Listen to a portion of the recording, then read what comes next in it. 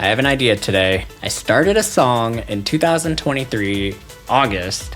I was going through an old hard drive, liked the sound of the song, thought I could do something with it. I opened it and it looks like this. Like, what is this? This is terrible. I even have my own sidechain channel. We're going to clean this up a little bit and I'll show you how I move a drum rack to not a drum rack. A lot of point and click. We gotta hear the song.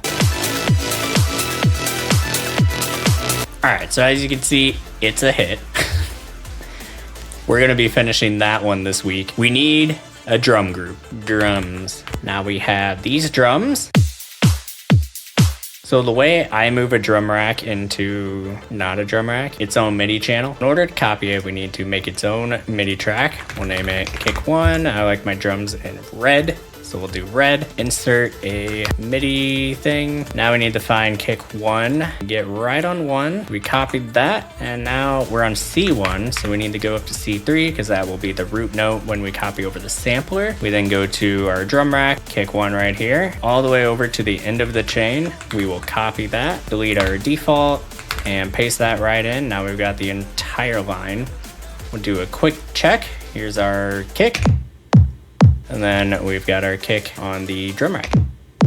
Now we just need to repeat that for all of the drum rack instruments. I like to group these, so a little organization here. We'll go kick, sub, which the sub does not exist yet. It will. Locate this, make life easy, name it snare 1. I know there's a top layer, probably a clap. So we'll do clap 1, or since we can group it, snare 1 high, snare 1 main, group that, name it snare claps. I like to do close hi-hat 1, open hi-hat 1. I already know there's going to be a crash most likely and probably a ride. Immediately we can group all of those. Name it cymbals, spell it correctly. Most likely I'll end up grouping these and grouping these separately so I can sidechain these to these. Group these separately from the kick and the sub. Let's name these drums, not to be confused with drums. We've copied our drum rack now, so let's make sure it still sounds the exact same. Good news, they sound the same. Let's delete the drum rack. We will reorganize the rest here. Let's see what we have. Toms, we'll throw those up in drums, but this is a clap, I already know. Group our snare. I'll put top loops in its own thing. In this case, since they are hi-hats, I will put them with the hi-hats. Vocal will be its own. All right, we have another vocal here. It looks like it's the same. Downlifter, so that is effect 2.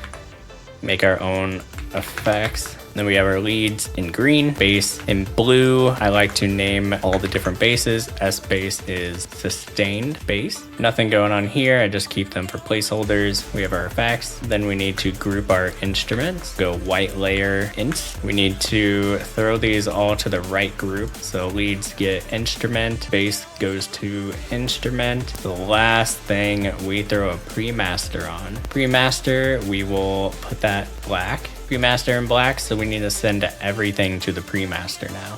This is going to drums.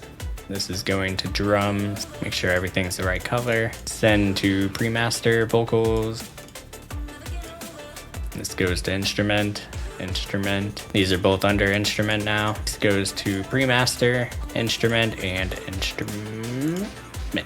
We are all organized, up to date, ready to actually work on the track now. I also don't use sends anymore. I typically put them in the actual track. We will organize that as well. We'll copy all of this, go where they live. So this one looks like we're using a send. Group all of what we just pasted, wet signal, dry signal.